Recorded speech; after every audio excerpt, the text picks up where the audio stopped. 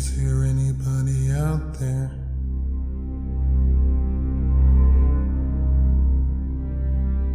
Is there anybody out there?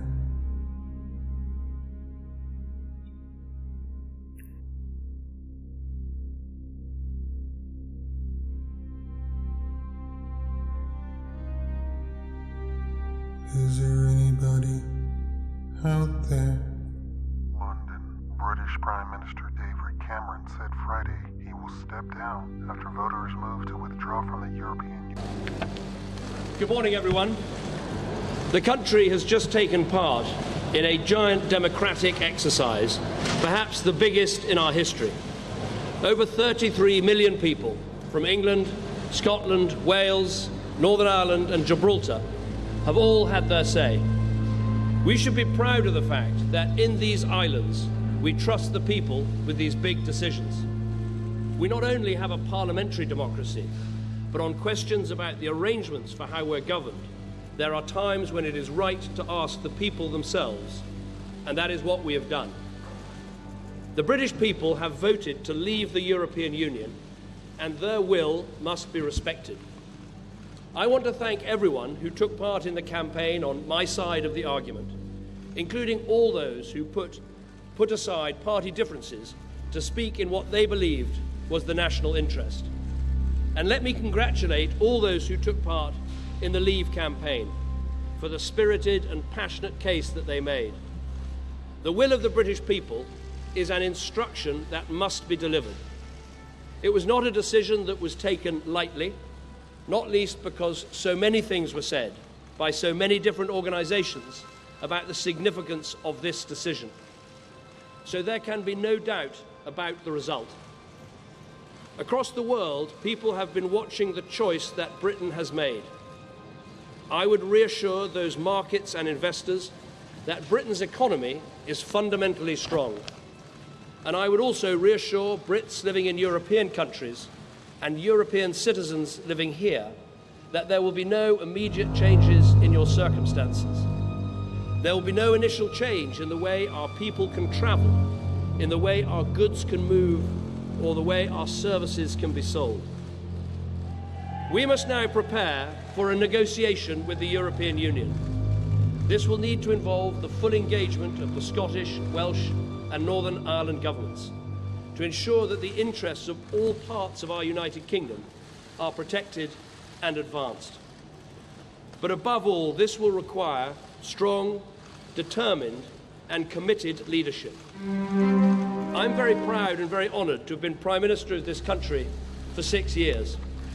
I believe we've made great steps, with more people in work than ever before in our history, with reforms to welfare and education, increasing people's life chances, building a bigger and stronger society, keeping our promises to the poorest people in the world, but above all, restoring Britain's economic strength. And I'm grateful to everyone who's helped to make that happen. I've also always believed that we have to confront big decisions, not duck them. That is why we delivered the first coalition government in 70 years to bring our economy back from the brink. It's why we delivered a fair, legal and decisive referendum in Scotland. And it's why I made the pledge to renegotiate Britain's position in the European Union and to hold a referendum on our membership, and have carried those things out. I fought this campaign in the only way I know how, which is to say directly and passionately what I think and feel, head, heart and soul. I held nothing back. I was absolutely clear about my belief that Britain is stronger, safer and better off inside the European Union.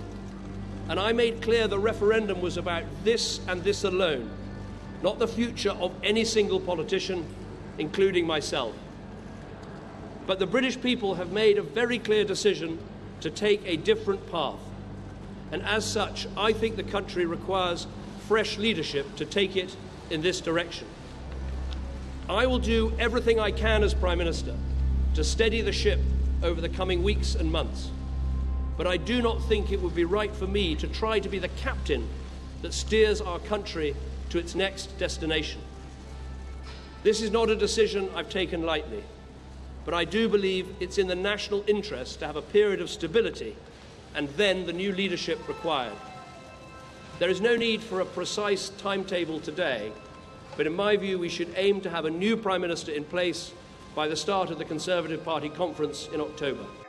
Official results showed the Leave campaign took 51.9% of the ballots compared to 48.1% for Remain. The referendum was Cameron's delivering on an election promise, but the Premier had forcefully campaigned for Britain to remain in the EU. The results served as an indictment of Britain's government and immediately sparked speculation about Cameron's political future. Cameron said early Friday that the British people had spoken and their will must be respected. With markets in free fall after the results, Cameron attempted to reassure anxious investors that the British economy was fundamentally strong and that any trade or travel changes would be immediate. He said, outside of Downing Street, that he was very proud and honored to have led the country for 6 years, but that Britain now must prepare for a negotiation with the European Union, one that will require determined and committed leadership. I do not think it would be right for me to be the captain that steers our country to its next destination. He took reporters outside his Downing Street office. A clearly emotional Cameron said he would resign as Prime Minister by the fall, adding, "It was not a decision I've taken lightly." The news hits as Londoners were racing to work, with many glued to their cell phones as the headlines were alerted. "I'm happy to see him go," said legal assistant Colette, 42. She told NBC News that she hadn't voted for Cameron and had cast a ballot in favor of leaving the EU. "I thought there need to be some big changes," said Colette, who would only give her first name. She said she was shocked that the Leave campaign camp won. "It is going to be a little bit crazy for a while, but I think it's going to even out," she added.